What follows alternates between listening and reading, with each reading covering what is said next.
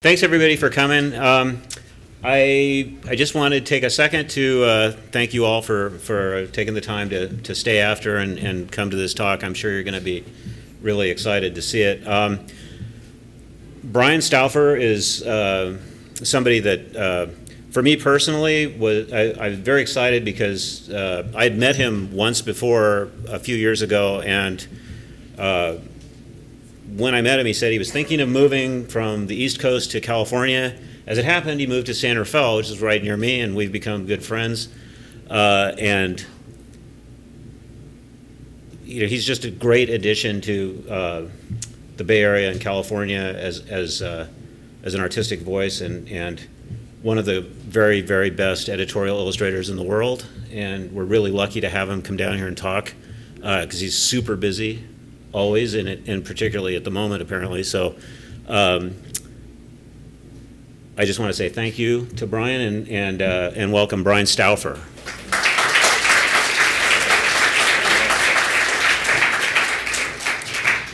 All right, let me get this queued up here. There we go. So this is great to be here, and thanks for everyone for coming. I'm sure you all have plenty of things to do, and I really enjoy coming and talking with students. And as we go through this, I've been warned that you guys are a shy crowd for any questions and things afterwards, but you have to come up with some questions or I'll sit here like an idiot. And I would like to hear, you know, your thoughts too. So this is what I title this lecture. I don't want to scare you. I don't want anything I'm telling you to scare you, but no. That is true. That actually was my first job out of school. I graduated from the U of A with a pile. Now, it might not have been $50,000 because I'm prorating it for current college rates. But I graduated with a degree in graphic design. And I was, this is the optional title here, by the way. This is more kind of like what I'm experiencing tonight. You know, that's a reality, and for anyone who's getting ready to get into the business, you're gonna hear that over and over again, especially that bottom part, that just have fun with it. It basically means I don't know how to do my job, and I'm hiring you, so you come up with something cool, and that'll be a lot of fun. And for me, it's actually the how I know, like, the door gets closed right there. In my mind, I have a very hard time getting past it because they're not giving me a target to shoot for. I have no idea of knowing whether I've achieved what I'm trying to achieve. So, okay, so that right there, that was my computer that I had when I graduated, because I graduated from U of A without having ever laid my hands on a computer. We were the last class, and this was not 1975 or something. I graduated in 1989, and although there were a few computers around, they were novelties, and people, you know, the school wasn't going to put money into it yet, you know, not knowing whether things would really go computer or not. So press type and cut paper. We used to do posters and things. We used to have to hand cut out 14-point type, like Helvetica and serif type, out of cut paper, colored paper, to make to typeset our posters. So typography was not usually the option. So in school, and I didn't go to school for illustration, I went to school for design. I was basically doing the full kind of student load, but then had kind of decided that I wanted to break out and try to do some other things. And so a few friends and I started an arts publication called Chroma Phobia. Basically, we knew that we weren't going to have any money for full color inside, so we wanted to come up with a black and white publication. And Chroma Phobia means the fear of color. And we did a handful of issues. I don't think it continues now, but for about 10 years after, it continued on being handed down from student group to student group, and it was funded by, you know, local businesses and printers and paper companies. The one thing about not having a computer to work with in the program that actually turned out, I think, to be better for me was that the focus was much, much more on ideas. Everything, when we were working with the design, everything was, what is your concept? what are you thinking? What are you trying to achieve? It wasn't. It was very much kind of the whole stylistic part of it, although it was design school, was very secondary to the conceptual part. And when I eventually did transition more to an illustrator instead of a designer, it served me very well. And the process I'll show you kind of happened in steps. It wasn't all at once. This was another one. This was like a fictitious logo competition we had for an actual organization. That logo kind of scared them, so they didn't have much of a chance. And I made that by painting with cooking oil the negative shape of the tree, and then dropping droplets of water off of of ink off of my deck in our dorm room, like 2 flights down, trying to get good splatters and stuff. So when I graduated, this was in Arizona, and I had my degree in design, and then went out and tried to find a job locally, and I guess as luck would have it, I got a job working for a one-man advertising agency, being paid $13,000 a year to do ads, newspaper ads for a shopping mall called Fiesta Mall. And this was particularly disturbing and disheartening because my teachers had always told me, watch the first job you get out of school because it'll indicate what you're going to do for the rest of your career. So there should be another arrow there, which, like with a guy walking down the road, that says like really depressed, disillusioned, poor guy, because that would have been me.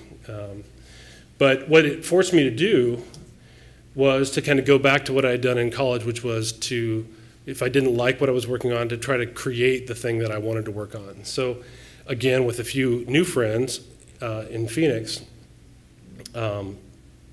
we created Zone Magazine, which was basically, there was kind of a rise of fanzines as desktop publishing kind of came up. This was in 90, 91, I think. There was a rise of independent magazines and a lot of articles and press on them, and we did a lot with it. We had a lot of fun. Now, this was done, I basically taught myself the computer, how to work in Quark and a little bit of Illustrator and the early versions that they were, and Photoshop. And we did, I think, 7 issues of this magazine, and we did it out of somebody's tough shed in their backyard, which is basically like one of those temporary sheds that are about 8 feet by 8 feet, and we had an extension cord running out to the back. And this was in Phoenix, so you can imagine it was probably 100 and something degrees, and we had fans on. It was the only space we had to work in. And we would work in the evenings after work and spend usually about a week or 2 producing these things. But what they did was they gave me a chance to start trying to do something more conceptual with a layout. And this was kind of the beginning of where, for me, where design became very illustrative. It wasn't just about, here I'm going to put it in type. I was actually doing less body copy and things and more just trying to convey the concept of it. In this case, this was an interview with Sandra Bernhard where she talked about herself feeling like a neutered Barbie doll. These are a couple others. Tilda Swinton, it was all about her androgynous appeal, and Ifua was a nightclub star in the local area. So based on that, I got the opportunity to what I thought would be kind of a temporary job working at a weekly. And I thought, well, this will be better. I'll at least be able to continue doing my magazine on the side, and I'll be working on editorial things. But I thought, this is newsprint. I'm not going to be able to do anything really of substance, good design or anything. And just completely had it wrong. I thought I'd be there for 6 months, and I ended up working there in Phoenix and in Miami for 4 years. And I basically was exposed to Pulitzer Prize winning writers, investigative journalists, just people of such a high caliber, like their thinking behind it, it instilled this just strong core journalistic love that I had no idea that I would have. So we were taking on local politicians, we were taking on drug lords in Miami, Manuel Noriega. I mean, we all had death threats against us. It was really kind of wild, crazy times. But it was really, you felt very, very substantial and very significant. It felt the polar opposite of doing an ad for, Fiesta Mall. It was what I'm doing here actually makes a difference. The design I'm doing here can actually make this story better, can actually really be a driving force behind whether or not people pick this up and read it. So I became very addicted to that. These are some of the spreads, and again, these were in weeklies. This was, newspaper weekly, which was typically, had just been this formatted kind of, basic, very, very stagnant kind of stuff. And I built a relationship with the editors there where we basically began to trust each other, and they allowed me great latitude in really trying to say something. So this top one here was about a series of prostitutes that were being killed. And by the way, if you hear about prostitutes being murdered, it's not me, but I get every assignment in the world about prostitutes being murdered. I don't know why, and I've been questioned and fingerprinted, and it's not me. So this other one here, Trip to the Big House, it was all about the writer followed this woman going to visit people, this kind of dysfunctional prison system, and so I was really trying to just get this sense of dysfunction and magnitude of the space. And down below, The Hand of Fate was about a palm reader who was embezzling money from her clients. So this was basically the first illustration I did, and I did it for the newspaper, and it was about this very outspoken AIDS activist in Miami who was making a huge noise. This was before viral anything other than the AIDS virus, but no viral media, I mean, the idea of one person getting their voice out was, they were in the paper or they were on TV, and if not that, then you didn't really hear about them. And so this guy was doing an amazing job getting his cause out there, and this was the cover. I think it was, I don't remember the name of it now, but I did it just because I had the idea. I didn't have very much budget at the time, and I decided I'm just going to try and work on this myself and just take this leap. And as I did, it led to doing a lot more things. These are posters that were promotional posters that were done for the paper. So on a whim, I'd done maybe 4 or 5 pieces for myself, illustrations, and I kind of had gotten really good response from them, and I thought, well, maybe I'll just send some of these to some people at the bigger publications and see what happens. Really having nowhere near the kind of experience that I should have had to do it at all. I just thought, well, I'm just going to do this. And I happened to have met Fred Woodward, who was the creative director, long-standing creative director at Rolling Stone at the time, at a conference. He was doing a lecture, and I went up and spoke to him.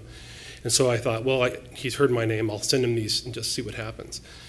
And what happened was I got my first freelance project, and I got it from Rolling Stone, and it was like a 3/4 page movie review thing. And I had no idea what I was going to do. And so I immediately threw up probably many, many times. For days I was very kind of just nauseous and completely ridden with fear, and it was hilarious. My friends who were all illustrators, who were both really ticked off that I got the Rolling Stone project, were thrilled that I was so upset by it. They had a pleasure that I think they shouldn't have had, but anyway. So the project was for a movie review of To Wong Fu, Thanks for the Memories, Julie Newmar. It was all about these transvestites who go on a road trip.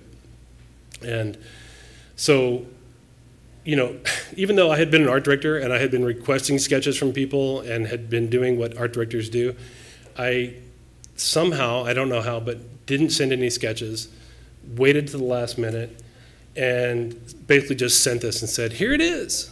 And they loved it. They were, oh, this is great. We love it. We would have never thought you'd come up with this. And I thought, that makes both of us.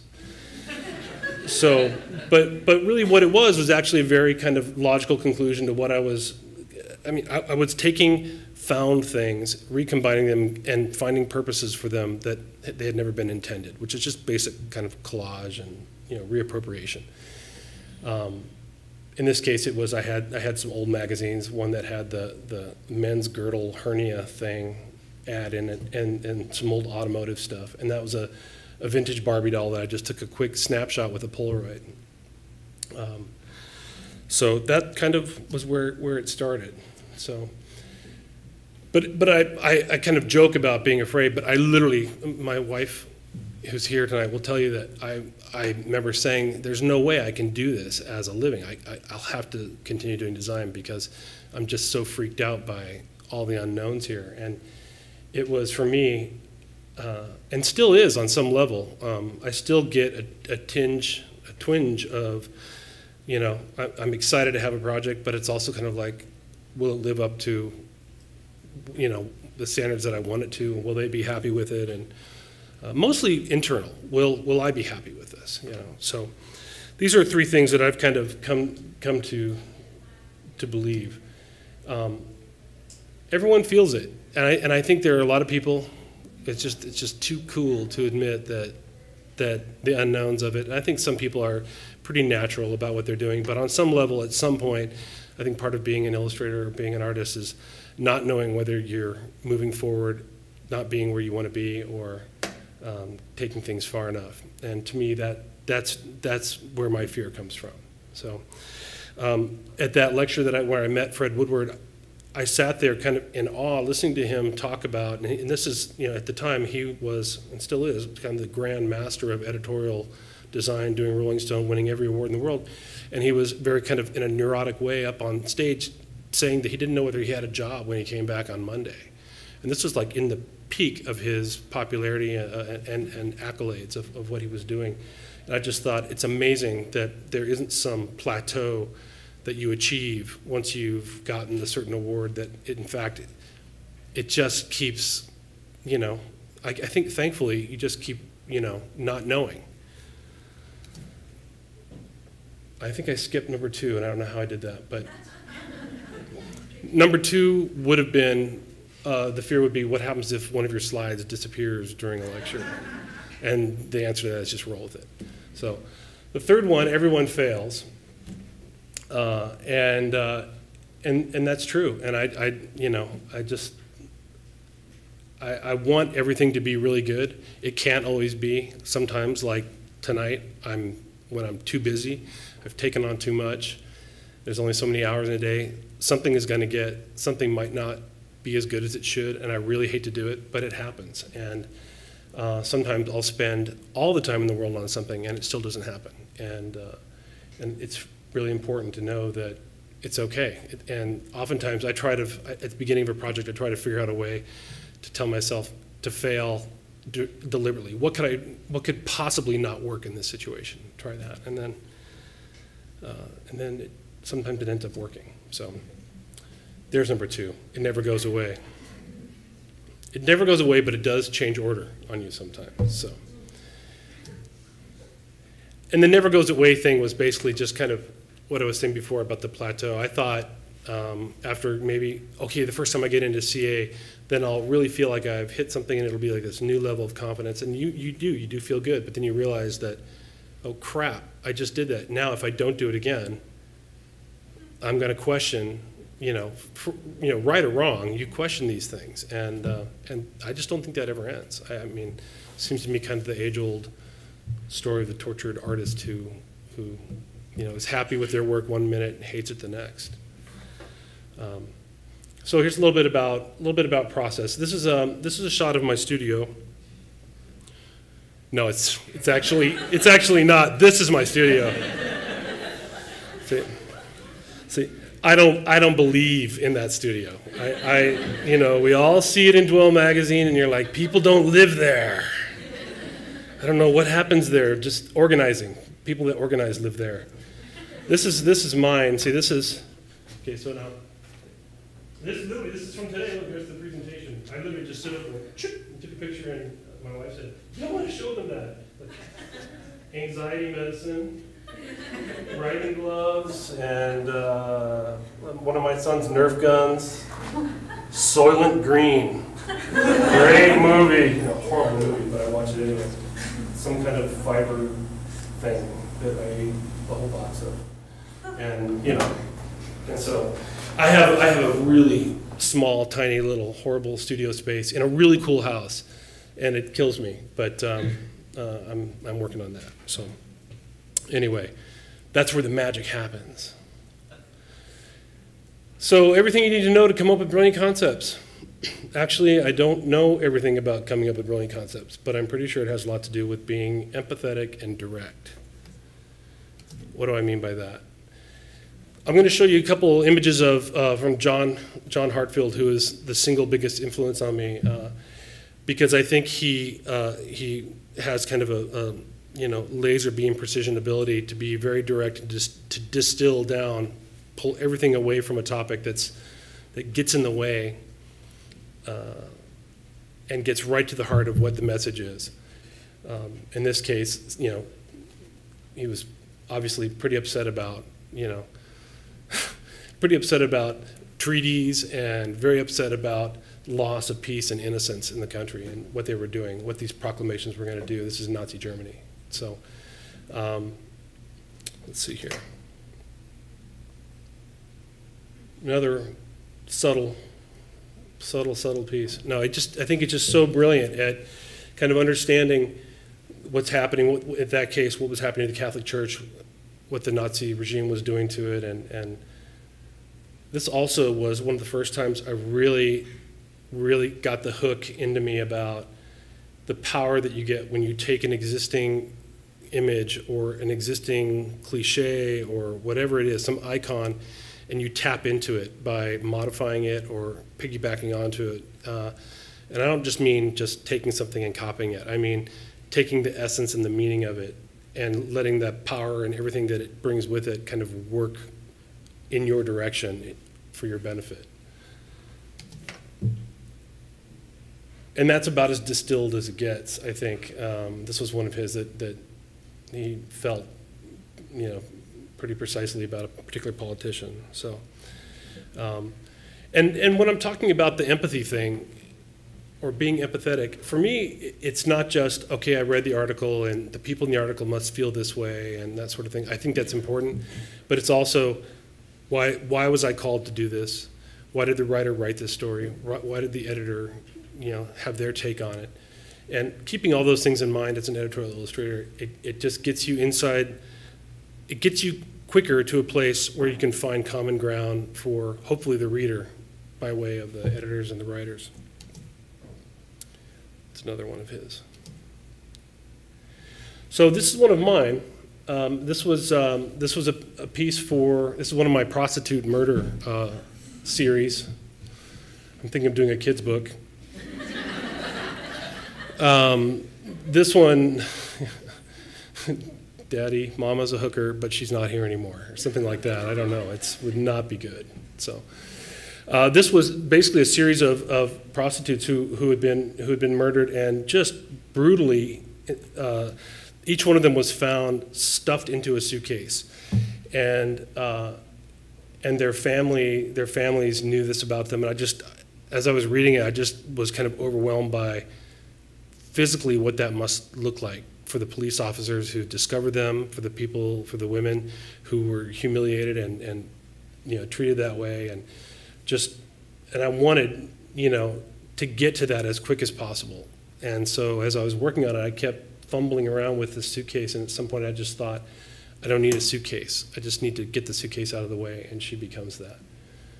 And they did describe kind of the process of the body, becoming this thing, but well, enough said on that one. This was a personal piece that turned into a piece that got published in a number of different places. It became used for the poster for the Artists Against the War series, the show with Steve Brodner and a number of other artists at the Society of Illustrators in New York. And I did this kind of in the middle of the night one night, just in response to just kind of feeling, this was back in 2005 that I did it, I think. And I just thought, there's nothing simple about why we go to war, and it's not just simply, yay war, bad war. It was just how ironic I felt like it was that we go to war to achieve peace. And it just seemed to me to be a complete stuck-on kind of reality. Now, this bomb was made out of a collage out of a tin can that you're going to see. I'll show you here in a minute. An image that I have, and I've used this tin can in more images than any other element that I've reused over and over again. And so I'll point it out here and there. Actually, a little bit of the tin can was used to make the handle of the suitcase here in this piece. This is the poster for Death of a Salesman. And this was done for Soul Pepper Theater not long ago. And the ones I'm showing you right now are ones that I kind of felt like are the best examples of maybe kind of trying to tap into the essence, distilling down to the thing. And to me, Death of a Salesman, it's all about this salesman who's completely dejected at the end of his, not so illustrious career, surrounded by failure, basically, failure in his family and his being a father and everything. And he basically just gives up. And so this was, gives up while being still very much into the idea of being this great salesman. This was another one that for me, it was just the idea, and I did only one sketch. Some of these I do multiples. For the poster before, I probably did 30 or 40 sketches that you can actually see them on my blog.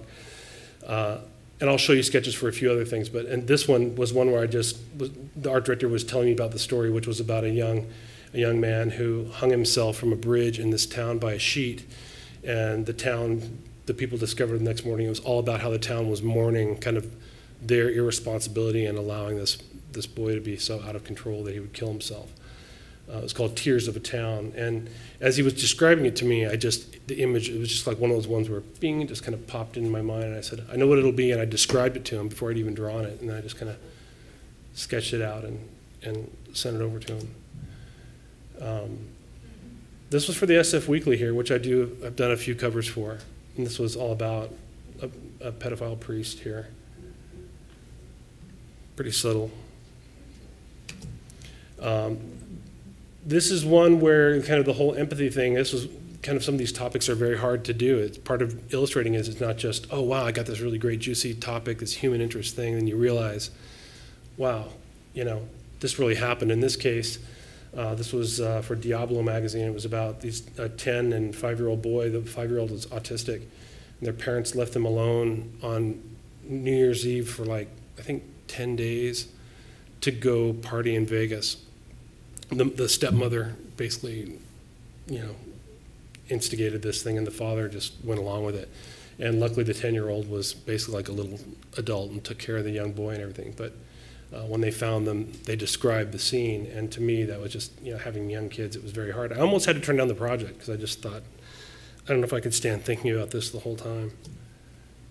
I think you should feel that way, when you're doing these. I mean, I think when nurses and doctors treat people who are sick, they feel it. When we come in contact with these topics, we should feel them in some way. And sometimes it's depressing, and some people don't like to do that. But there is something really satisfying about being able to kind of process it and turn it into an image. This was an op-ed for the New York Times. It was when they were talking about bombing Iran, which it seems now we've come full circle, and they're now starting to talk about their nuclear program again and whether we should bomb them. And this kind of goes to one of the other parts of my process where when I get a text in, one of the first things I do, usually it's early on in the phase and the editors haven't edited the piece and there's no headline or anything yet for it. And what I do is I read through it and I sit down and try to come up with what I would think to be the perfect headline for the story. And this kind of came from working at the newspaper where they were always behind deadline, and so basically, in this case, I wrote the headline was "Attack Iran with Words," and they ended up using that as the headline, and that's happened quite a few times. It's a really good way for me to take this big, vast text that comes in and try to figure out what the takeaway of it is. And I would love it for the editors to do that ahead of time, but they don't. It just doesn't happen that way very often, anyway. By the way, that piece, that's one of those pieces where they call up at 10 o'clock in the morning and they say, can you do it? Great. Can you send us sketches in an hour, hour and a half? And then we need the final 2 hours later. And so if you want to get over fear, just don't make any time for it. And that's really, seriously, that's what happens. It's like, and it's actually what happened to me today. I did sketches for 5 different stories. I thought I had 3 to do, and it turned out that there were 2 that I had forgotten by one day. And so I ended up having to do those very, very fast. And it's not like I was sitting around pining about them or something, but there's just no time to to waste. You just get right down to it and start solving the problem. But this was another personal piece that that I did for the third anniversary of the Iraq War, and I called it Imbalance of Power, and I just felt like things were completely out of whack, and that's my own personal thing. And it ended up getting picked up by The Nation, and they ran it as their cover for the anniversary of the third anniversary of the war. This was a SF Weekly cover from last year, and it was all about how they were using,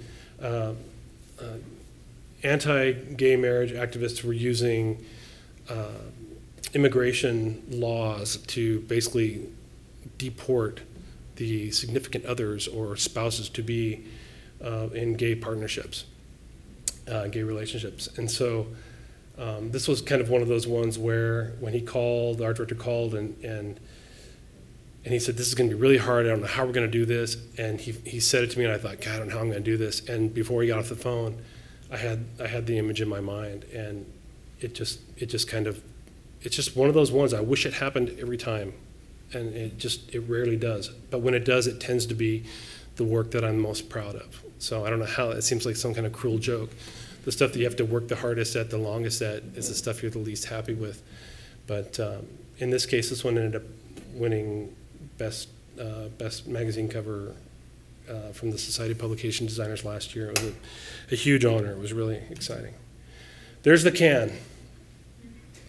That's a can from a Good Housekeeping or something from like 1935 or 40 or something. I think it's 40s. And I have used that to make condoms. I've used it to make fish. Let's see, here. I used it to make cans. That's a big leap. This was a story about the dangers of transporting toxic wastes over rail.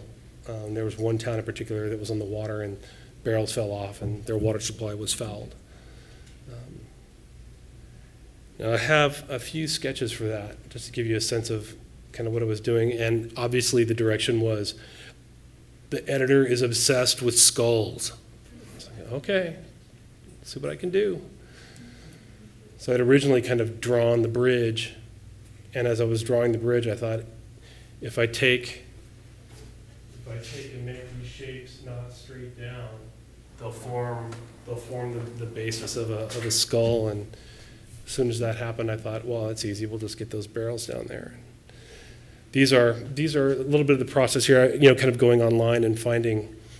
Obviously, I can't use them because they're, unless I were to pay rights for them or something. But just to kind of get an idea of what does a train wreck look like, what does a rail car look like when it's flipped over, and so these are like little composited Photoshop things at the bottom with the smoke coming up. And it's funny because when I did them, I thought, I don't know if I've got it here or not. I don't know if I like it. And the final piece it's still one of my favorites from that time.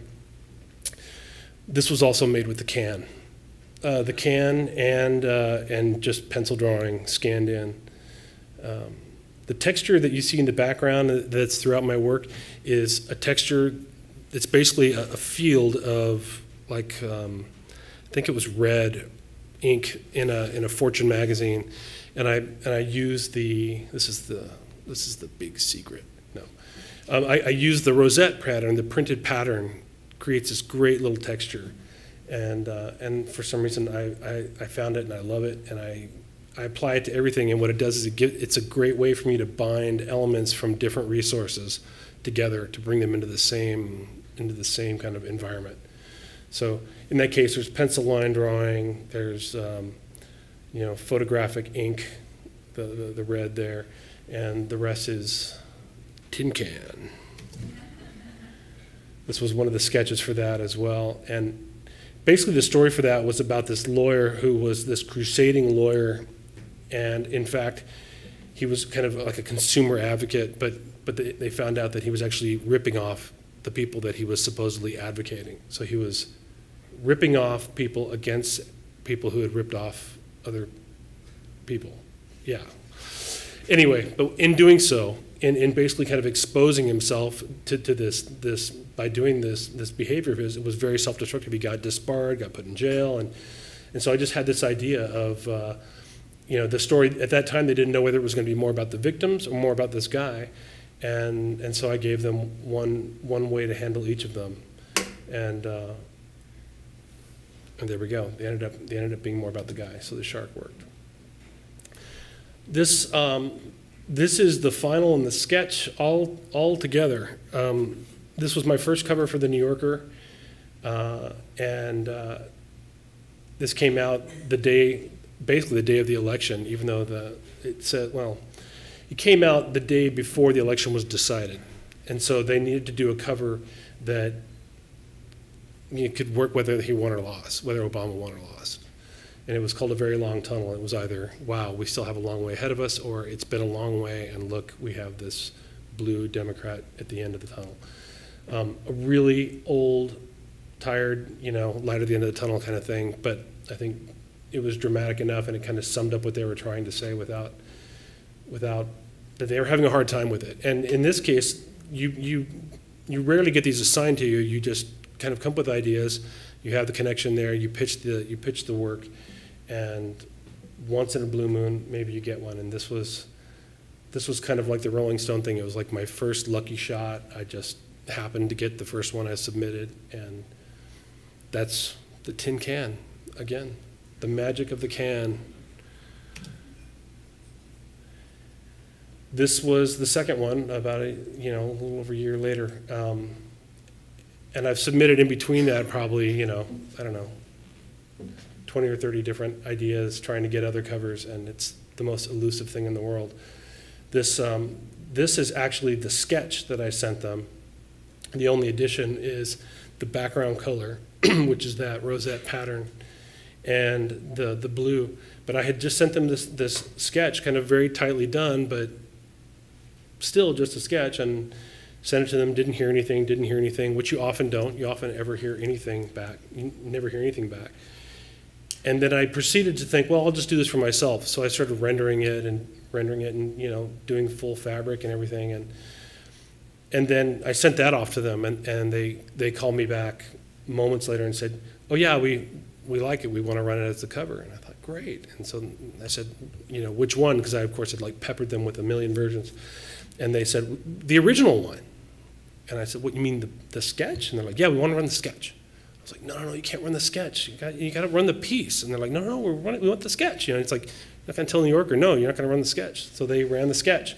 But I at least was able to put in tone and add some color and things like that to it. And it's kind of crazy. You just don't know what's going to happen. And especially with all these, when these sketches leave your hands and go into this really twisted, weird world of editors and art directors, I'm so glad I don't have to listen to what they say about my work when I'm not there, because I think I probably wouldn't be able to do it. But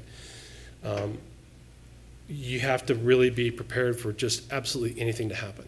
You just don't know. It might be that they love it. It might be that they hate it. It might be that they want this one little teeny piece of it. This happened today. This was one of the ones I forgot. Which, I know it's probably not the best thing to stand up and tell a bunch of students that, that you don't manage your time as good as you can, but sometimes they slip through, and today was bad that way. But in the end, it turned out to be, again, one of those things where, oh, I got this idea, I don't have any time to mess around, distill it, do it, boom. And so then basically these sketches I did in just minutes, like 5 or 6 minutes. This one here, what is about the issues with trying to protect the Canadian-U.S. border from terrorists, and how they're finding all these there's increased chatter about the ease of getting in there, and they're worried about jihadists doing that. And so I thought for sure they would go with the one that's going from the kind of white grayish trees to the red, white, and blue ones. But they went with this other one, which is basically going to be the figure will be made up entirely of like snow and like rolling kind of rocky terrain with trees, and where the eyes are will be kind of like this kind of lurking sky with kind of trees, and you'll see it as like this little miniature scene within the scene. And it's all just kind of about these people peering at us behind this vast wilderness. And what happened was, of course, I sent these off, and I get this initial email back saying, this is great, we love it, these are going to be great, this is fantastic, maybe we'll run both of them. And then like 5 minutes later, I get a call saying, we have a problem. Actually, I didn't even say we have a problem. He said, everything's great. We just need you to take the headscarf, actually called a turban. He said, we need you to take the turban off the other one, and then it's perfect. And I said, but it's the whole thing is that it's this thing, this scarf is the fabric. How do you explain to somebody like who can't see, the thing right in front of them, And so we had this pretty tense exchange, and he, at the end of it, he was on board. He got it. He went back and he actually fought for it and realized, yeah, that was really dumb of us. And so, okay, we're fine. And I actually won that one. So. It doesn't happen very often, but I had to send them links to show them what a turban is versus what a jihadist head garb is. This was for the New York Times op-ed about the Myanmar cyclone, about how there was basically just the difference between a couple of feet whether people lived or died. If they had just a little bit more elevation, they survived. If they didn't, they were more inclined to die. This was, again, one of those fast turnaround ones. And, I make comments about and kind of complain a little bit about the fast turnaround thing, but I really like it. This was during all the discussions about whether we should have a mosque or not down by World Trade Center, which, by the way, my wife and I were on hand for that. We were 2 blocks away when the towers came down, so I wasn't trying to be insensitive and say, oh yeah, let's all just get over it. I just generally felt like the Constitution kind of says what it says, and in fact, we the people is all of us. So that piece ran it was a personal piece, but it ran in The Nation again as well. I actually pitched it as a New Yorker cover. I can imagine how that went over there. This was a piece about the unknown hidden dangers inside of shipping containers or something. Fast, kind of direct drill down. So I'm going to go through some of these a little bit quicker here. It's about kind of bringing people out of the jail system and giving them drug treatment instead of keeping them in jail. This was another one of these images that I kind of thought, I'm going to do this and maybe I'll find a home for it, which is a really cool way of doing editorial. Can't really count on it, but in this case, during the whole economic collapse, I thought, these guys are worried about the wrong things. So this is the piece that I sent them to show them what the jihad Canadian border piece would kind of end up having that kind of feel to it.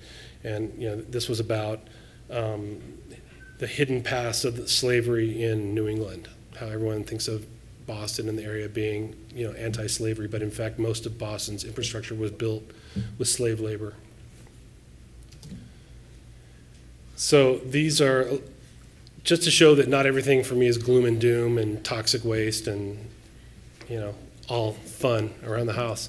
This was for a magazine in the Netherlands and in Amsterdam, and this was like a series of 3 here that I'll show you, and the last one is the most likely to offend. But this was for a series called Menopause, and it was all about male menopause and the idea that the things that men do when they get certain ages. And in this case, it was they get trophy wives and they get fat. So, and what I was trying to do was combine 2 things in each one of these, which is even harder. This one was, they buy sports cars and they get fake hair. They buy convertibles and they get fake hair. And then the last one, I hope we're all okay with it, because they were. I couldn't believe when they said yes, no problem to this image, I about fell out of my chair. This one was about taking too much Viagra and doing extreme sports, like bungee jumping. Let's just ponder that one for a second. No, okay. So that's from the poster. This was actually an ad for a company that makes background music and like stock music for newscasts and war footage and that sort of thing, war coverage. So they were creating all those kind of like dun dun dun dun dun dun, dun kind of that music. And this was about an heir to the 7-Up fortune and his battle that he lost with cocaine addiction. And that was one that I wrote the headline for as well. It was 7-Up versus Coke.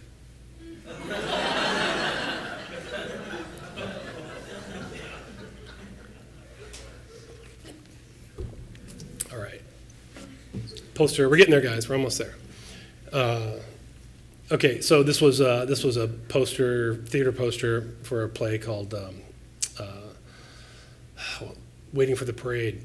Waiting for a Parade, and it was all about these 5 Army housewives during World War II who, it's all about their lives as they're waiting for their husbands to come back and what it's like to live with the specter of war over you. And I'd gone through a series of these where I'd had a tank floating there, which I really wanted to do, and I had all these other military things, and this was for a client, the Soul Pepper Theater up in Canada, and they were just like, no weapons. Like, I mean, it was really timid. No weapons, nothing sexual. No, I mean, it was very, very rigid. But kind of, I think it worked out okay. And this is for the Vancouver Opera. This is a series of, I think, 5 posters, and I'll just go through these real quick. But Barber of Seville. This was that face, that guy's face, his ears, everything was all made with that can, the damn can, and the cream as well. This was if you don't know, the Barber of Seville, he's basically this barber who he distracts. He's a kind of a fool, and he distracts one of his patrons while the patron's wife has an affair and fools around in the back and stuff. So he's kind of distracting. His whole thing is to distract them. This is Romeo and Juliet.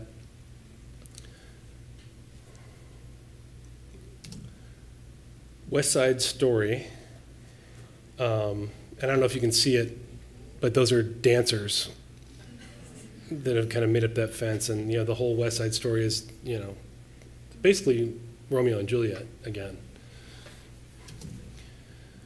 This was Don Carlo. It seems every opera has 2 people that are in love and can't be, and an illustrator has to draw it. This basically was the king, his son. The king lusted after the son's girlfriend, and they end up running away and hiding in the cloisters of this abbey somewhere. And so I thought, it'd be interesting to kind of do that double thing. The beard is made up of a cover from an old pet fancy magazine from the 50s or something. I don't know, one of those, but it's it's a Cocker Spaniel. Aida, it's an Ethiopian princess, is kidnapped and taken to Egypt, where she falls in love with a soldier there. And this was La Traviata. This is actually for the Arizona Opera, and this was, basically it's about this woman, these 2 lovers who can't have each other. And as the woman is dying, she kind of gives him this flower, and they realize how much they love each other, and now they're all dead.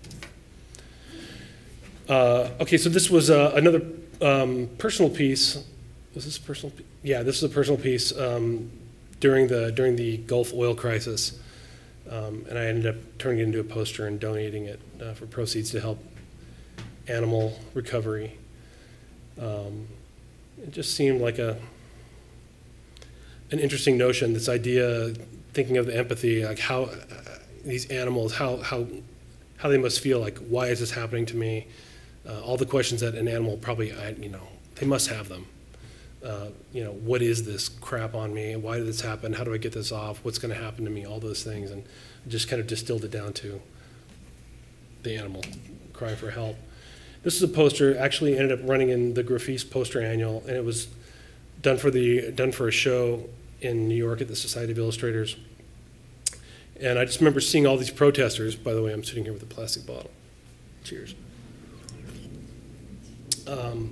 remember thinking everyone's so, we're all protesting oil use and the oil companies, and the protesters were all marching around and they're all drinking out of plastic water bottles, and we all use plastics, and it was just kind of meant to be like this little reminder that we all kind of play a role in this bigger issue. And I just thought the notion of this animal that was seeking refuge inside of that bottle, swimming around there because he can't swim where he should be, it's kind of interesting. So this was for New Times in Phoenix. It was about this battle that was going on between police unions and about the new police chief. And now we're kind of going into some silhouette things, and you'll see, kind of revisiting themes over and over again. No tin can in this one, or that last one. This was about a spy who was leaving his world of multiple identities behind, but before he could go, he had to perform one more hit. He had to kill somebody in the forest. Oh, okay, yeah. I didn't realize that one was right there. This is the beginning of just like five more pieces of more recent work. This one was about, who is this for? I can't remember now. But anyhow, it was basically this study that came out for men's health. I couldn't believe they ran it. I thought, God bless this country that they'll run a comb penis thing in their magazine. But it was about men this rise of men who are basically taking Propecia to grow their hair back because it's affecting their sex lives. But now they're starting to see that Propecia is creating impotence in men. And so it's kind of like, some kind of little sick irony there. This was a cover for the New Scientist in London. It was all about the kind of the power of our sense of smell, where it takes us and what it does, and kind of the control that it has over us. This was the cover of Computer World magazine just last month. It was called the technology behind art and fashion, or fashion, and it was basically about how fashion companies use technology to track trends and decide what they're going to do. And this is that texture again. The woman, she's made out of the tin can. The arms, just basically a section of it been morphed. The hand is composited from a bunch of little hands. That's that texture that I love to use, just reworked and retweaked, and the object in the top is made in Illustrator. This was an image for the anniversary of the San Bruno fire. And they talk in there about, this neighbor talks about seeing this swing set on fire afterwards. And this was inside the mind of hoarders. Actually, no, it was the mind, it was about the damage done to children who live in homes with hoarders. So, and as random and chaotic as that looks, that took a long time to do, because I had to take things that weren't really what they were and make them into, I don't like just taking a lamp and putting it on a lamp. I like making the lamp out of things. There's something about that artifact of the image that I like, but I don't like the specificity of the original object. And then this was most recent piece for Rolling Stone. It was about this community, this online community called Silk Road, where if you have this proper encryption software, you can go online and buy every kind of hallucinogenic drug. You can buy, yes, Silk Road. I know you're all going, what was that, Silk Road? So anyway, that face is made out of the tin can. I'd be lost without it. So this is I'll end up here, this was an animation I did a few years back, and it was one of these things again where I had this idea. I heard this piece of music. It was a choir, a children's choir that was recorded back in the mid-'70s by this really eccentric choir director guy, and he had them singing like Beach Boys tunes and stuff like that, and he made this amazing recording of it. It was discovered maybe 8 years ago, and it became it was re-released and became a gold record because of it, just kind of the innocence of it all. And so when I heard this track, which is the song is God Only Knows, the whole kind of the scene of this spot kind of came to mind, and so I thought, well, I know the agency who's doing the truth anti-smoking stuff, which was Crispin, Porter, and Boguski at the time, and so I'll just do this. I want to do animation. I'll just do this and see what happens, and I'll send it to them. So so here we go. Let's see.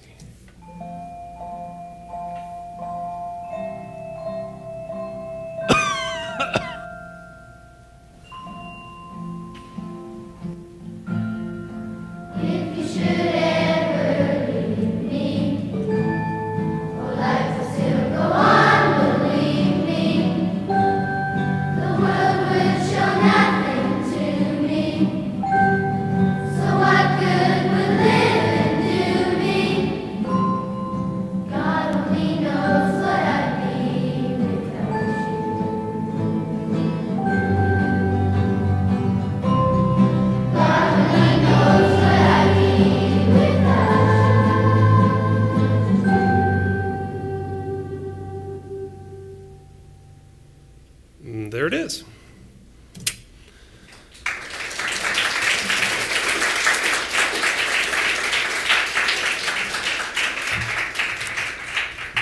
So now each and every one of you has a really thought-provoking question. Nobody does. Anyway, yeah? So are you using Photoshop and collaging that way, or are you doing it by hand? No, I'm doing it in the computer. And a lot of the textures and colors and things, I'll paint something out and on whatever surface I have. I don't have I don't know if you've seen Hunt's studio. It's like he has 8,000 discarded brushes. It's incredible, and I don't have any of that. So it really does happen in the computer, but I'll get out the old materials, and I definitely use my pencil sketches a lot, and I work right on top of those in Photoshop. And one thing I wanted to kind of say during this was, I think this looks fairly consistent, but it always feels new to me every time I do it. I don't really know where things are. Like, I'm not coming up with an idea thinking, oh, I get to break out that tin can again or something. I'm not searching for elements and then coming up with the idea. The idea really leads it. So I don't really know where these things are going to come from. I don't know whether it's going to be a line drawing that I end up using or whether I end up painting something and scanning it. But I think some people have a really specific style, and that's their thing, and that's great. And for me, it's very secondary to the idea. The idea is kind of there, and then I'll just kind of do what I can. And that's where it fails. If it fails there. It fails that I'm maybe still learning or haven't figured out the right way if the final gets in the way of the idea. So, yeah. As an illustrator who's, it sounds like a lot of your work is more concept heavy or about the idea, I was wondering how you tackle the objective of getting your work, showing your work to other people without the context, because it's all about the context. So how do you get people to understand that you are good at coming up with ideas primarily? Well, they don't. I think when people call me, they say, well, we really like your ideas. And then after that, it's, oh, we really like your saturated colors and your textures. So those two kind of usually go. So they can see, okay, you're an idea guy, and that's where you kind of feel comfortable. Okay. The problem is that the work you put out there is the work you're going to get back. So when people see me doing the hooker story, when something happens, I mean, I'm not kidding you. If there's a outbreak of mad cow disease, my phone starts ringing. I could be watching CNN and be like, oh my God, I'm gonna get that call again, And it literally, it's like my wife will attest it happens all the time. And so there is a trick, and that's I think why sometimes I do these personal pieces, although they're still social issue stuff. They tend to be social issue stuff, but like doing the animation thing, no one was gonna, I don't think anyone was gonna look at my work and go, we really have to animate that. I needed to do it and then show it. So, you know, you have to make money to live if that's what you're doing for your money, you know, for your living. And there's nothing wrong with getting those similar topics over and over again. But I can't tell you how many illustrators I know who are fighting to get out of the box that they've been part of putting themselves into. I wish that more art directors could, and if any of you become art directors, be the first in the world ever to not have to find the thing you're looking for exactly to realize that the artist out there can you know, do more than that one thing. So I find with advertising clients, they call me up and it's always, well, we have this story about pharmaceuticals, and we saw that you did a pharmaceutical thing, so we thought you could do this for us. And it's like, God, you know, it's not like I sit around all day thinking about pharmaceuticals. I can do other things, you know. But that's, you know, part of that also, and this is a whole other side of it, is that, you know, before computers, there was a time, art directors and people would do a lot of the concepting themselves, and they would pitch the idea to the client, just the idea, with some rough pencil, you know, marker comp or whatever. Now, everything looks done before it's really done. And so clients, they want to see, you know, they're being pitched for the first time a concept that looks like it's been fully realized.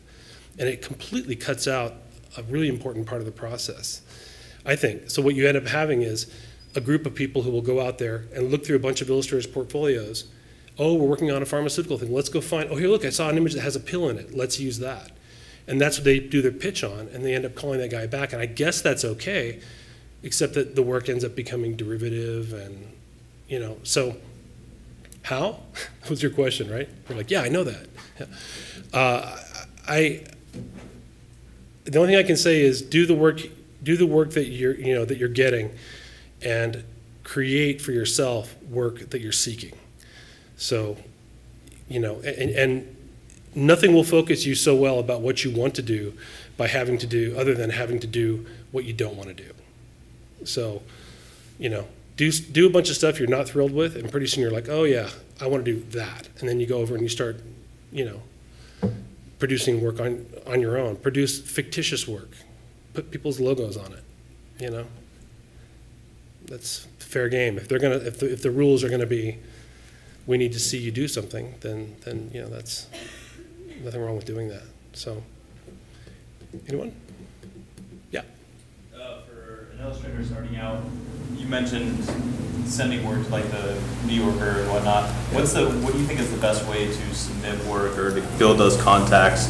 And the second part to it, do you think location, as far as like being based in San Francisco or based in Manhattan, helps anyway? I think being the only thing that it matters is whether you're happy with where, you know, if you're unhappy where you live, you're going to produce, I think, poor quality work. I think the best way to go after people is in a way that they haven't been reached over and over and over again. And you can't do that every time. So there's nothing wrong with sending out a postcard. We do it every once in a while too. It's nothing wrong with sending out an email to a group of people that you don't know and you want to introduce yourself to, buying a list and emailing it out to them and doing that. You know, you're sending them good work. They're in the business. You know, nothing wrong with doing that. But when I first started, I did some pretty unusual things. Like I took a lot of money out of pocket and printed up a large newsprint poster that, as a sample of my stuff, and I folded it down. We actually sat there at lunch every day. Alina and I, we'd be folding them, and we'd put them into these little envelopes. And so when people got them, instead of getting a postcard, they got this thing that opened up, and it kept opening up, and so it was one big image on one side and a whole bunch of images on the other side. And suddenly, to them, I was telling them, I feel this way about my work, so should you, you know. I got very targeted with who I wanted to work with, like with Rolling Stone, but, and I printed out on really beautiful Epson paper, small, like I think we produced maybe 50 of these, and there would be like 4 or 5 prints that I'd take and run them through the sewing machine, and keep them all held together and sign them. And I would send those out as leave behinds. And almost every time they called me and said, "Are you sure you want me to keep this?" I mean, you know, but that's basically what I did. I mean, you know, without looking like a stalker. I mean, you don't want to like send them like, you know, animal parts with your artwork attached to it and stuff like that, saying, you know, but like, oh, that's actually kind of funny. I kind of did that actually. I wanted to work with this really great design firm in Phoenix, and I'd heard that they were really into bowling. And so I went down to a bowling alley and I bought 3 old bowling balls that they couldn't use anymore. And I put them in a big basket and set them on their front step with a note on it. And the note just said, "Most design firms don't have the balls to take me on." And the guys called me back and they were just like, "This is awesome," you know. And you know, we went bowling. I did freelance work for them for a while, and I did another one for someone else. I said I was looking for a job with these guys, and they said, "Oh, you know, we're really just looking to hire a pair of hands." I went down to the novelty shop and bought a pair of those bloody fake rubber hands. And I basically just said, you know, "I heard you're looking for a pair of hands. If you hire me, maybe I'll break a leg for you too." That kind, you know, just kind of, you know, just goofy stuff, you know. I mean, at the time that seemed appropriate, and it worked. I wouldn't do it now, but I just think it's, you know, it's really easy to just, you know, send all and Facebook, and you know, I mean, I love all those things, and I think they're really great for kind of maintaining a certain awareness with people. But there's nothing like getting, you know, and you hear people say, "Oh, I get so many art directors. Oh, I get so many postcards and this and that," you know. They don't get that many. They don't get that many. And I can tell you that the thing that's really humbling about this business, to me anyway, is that we all think we're like the only ones who can solve a certain problem for that art director, and that they've been seeking us out, and we're these unique special flowers that, you know, will serve our purpose, and it's total bullshit. I mean, we do offer something unique to you know, as who we are, and yes, there is a reason that they want to work with us, but there's always somebody else they could work with. And having seen it as an art director, more often than not, it's who's at top of mind when something comes across their desk. An assignment comes in and your postcard is there. You have so much more of a chance to get that than them having to think, it's a prostitute killed story. Who should we get? Oh yeah, Brian, you know. So, I mean, I want to believe that you know, they call me for my ideas, and I think they do, and that's great. But there's a million other choices. It's amazing that, I think it's amazing that anybody gets more than 5 assignments a year or something. It's just, there's just so many people to choose from. So do whatever you can to differentiate yourself, first by doing really kick-ass work, which is, you know, kind of the hard part. But then also by, you know, by framing how you think other people should be thinking about your work. Are you just one like everybody else, or are you, you know, so. Anyone? Yeah. I was wondering if you could talk about your conceptual process a little bit. Yeah. You know, I know people who do this kind of very mechanical thing where they'll write lists, you know, and if I'm at that point, I'm like way off the rails. Like I haven't got it, and I'm not thinking about it correctly. And for me, it really is that whole distillation thing, that part of the empathy distillation thing. It's really critical, because there's so many things that can derail you from really just focusing on what the essence of the topic is. Is it, you know, boil it right down.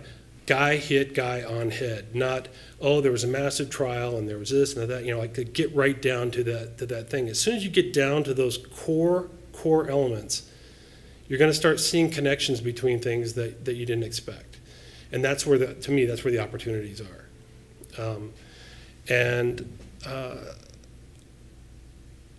I mean, I think because I worked at the newspapers where, like, most of those spreads, like I was showing you one called Roxanne, those layouts were done like in 20 or 30 minutes, like from, I mean, soup to nuts. And if they didn't write the headline, I had to.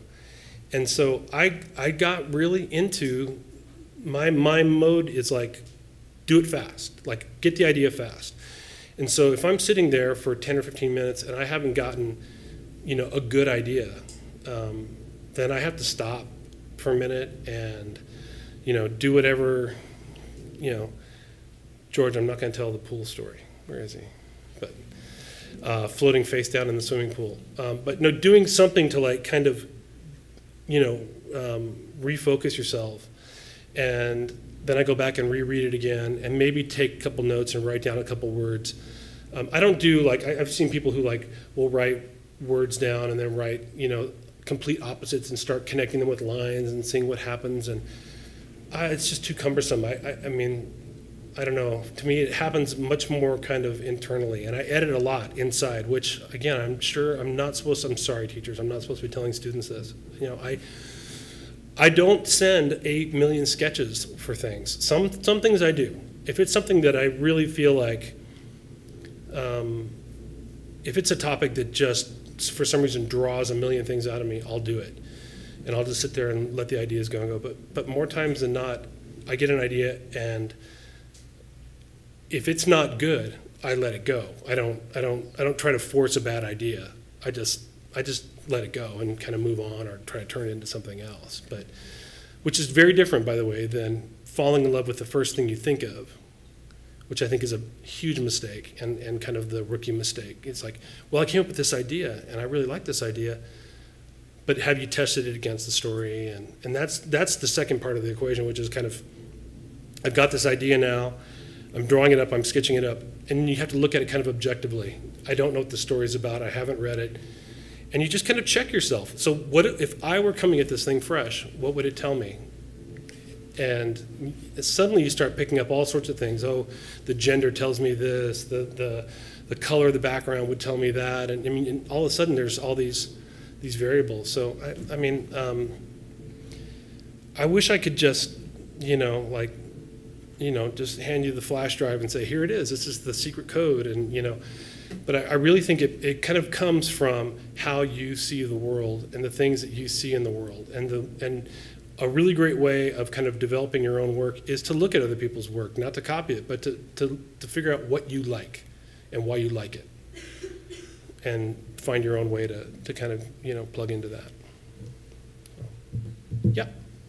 This probably applies to before you became so busy, but like, did you ever do like exercises or like a routine to like kind of keep you fresh or anything like that? I'm really impressed by people who like go on vacation and take sketchbooks and do stuff like that. I am not that person. I think that person lives in that studio picture that I was showing you. I'm not sure if it's because when I'm done, I'm really ready to be done, or that I'm just kind of happy with where I'm at. But I think obviously I did at some point those exercises, like those magazines that I started. And now I'm kind of really thinking this through. That's all they were. I mean, no one was reading those magazines. No one was making any money off of it or anything. It was just me and another guy sitting in a studio, banging away, trying to make interesting, cool things and figure our way through something and have a great printed portfolio piece at the end of it. And that was done for myself. A number of those pieces in there were done. I went and found homes for them after the fact. But so there are times, certainly not right now. And I like those, but I think for me more than anything, the way that I kind of reinvigorate myself is to get a little exercise, get a lot of sleep, and then open my eyes back up again and look in places I haven't looked for. I go online and look at old art archives, like Art Resource online, and just look at the way people painted and crafted and put figures together, and suddenly, being a collagist, I kind of start saying, oh, I could see a guy doing this, I could see that, and these possibilities come back to me. But I think you just have to, if you feel the need to do it, you should do it. I feel fortunate that I feel pretty satisfied. I don't have any illusions. I don't want to be a fine artist. And I think there's some people who kind of walk that line, which is great. And I really wish I felt more of a passion to do that, but I don't. I really like serving an editorial purpose. That's kind of the significance for me. So, yeah. Anyone? Yeah.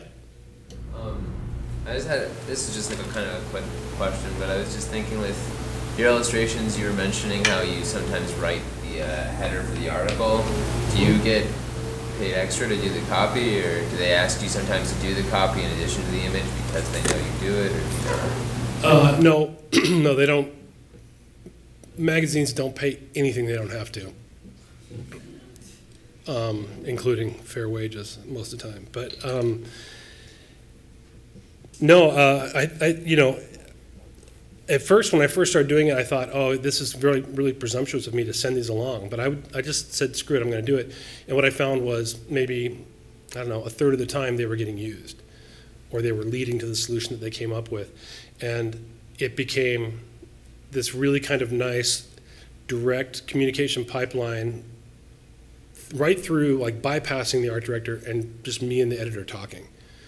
And what I mean is, that editor is there. Their whole thing is they're trying to do the same thing. They're trying to put this article into a shell, into its container.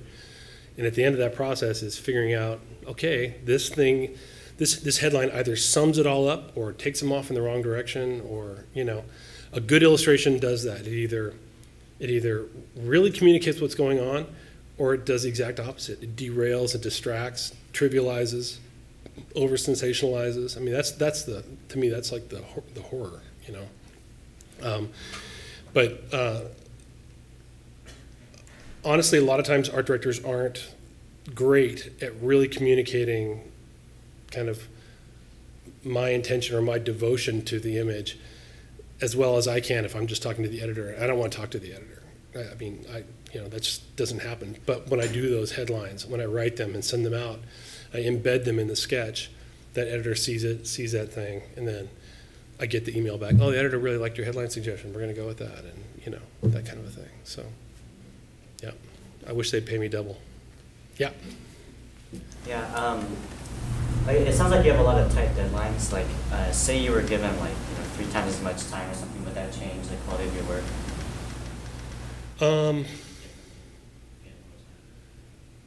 You know, I don't know, just more time to me just seems like more time to get freaked out.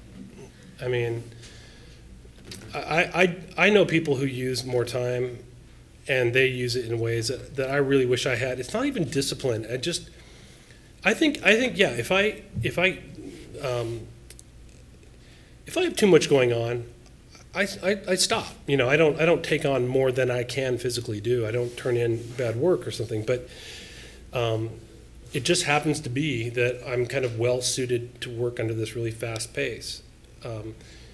It's just so rare that I have a book project that I've been working on with someone, or doing a book cover, and it's one of my favorite pieces of the past year, and it's taken 3 weeks to work through and to go back and forth and whatever. So I know it can work. I just don't seem to need that.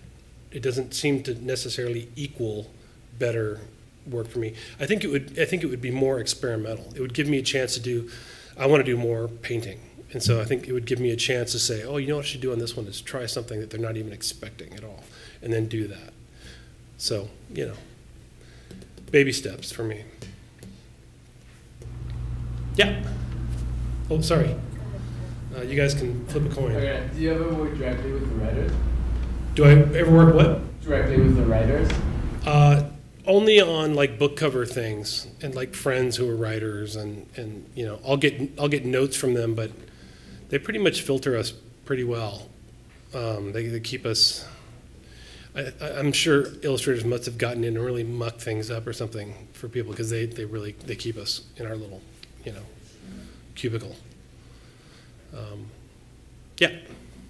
At what point did you notice your work kind of shifting from graphic design into illustration, and was that an intentional shift? It wasn't. It wasn't intentional, and that's, I mean, the idea of being an illustrator to me was, you know, petrifying. I still have such awe for people who commit pigment to paper and can do it with such control and precision and consistency that they can actually, I mean, I just don't know how that's done. And it seems to me like those are illustrators, and I'm kind of this kind of hybrid, like, image maker or something. I mean, I do draw, and I can draw very, very well. I just, you know, I don't. And I think, I don't know, for me, something happened when, there was a time when we were sitting around one of these big kind of desks, editorial meeting, and these writers were throwing around ideas back and forth, and I remember throwing out a suggestion of what the visual could be, and it just seemed like at some point the design that I was doing needed to go one step further, and so I just kind of pushed it that one step further, and then all of a sudden it just literally overnight went, and I was like, oh wait, I started thinking, well, maybe I should do an illustration myself for this, and maybe I should do one, and I did a few for the other papers, and I'd done literally like 5 or 6. That was it, and I don't look back on a lot of that early work with any fondness, but some of it I do, some of it I like, but I was learning, on the job. So, but I clung to design up until even. I mean, I still do design. I do the occasional kind of nice corporate gig or something every once in a while. But now what I've found is that it's just a really slow process compared to illustration. So, designing a book cover for somebody versus illustrating it, it's like 3 weeks versus 2 days. And I have major attention deficit disorder. I can't stick at something like that for that long. So. Anyone? Yeah. How do you feel about animation?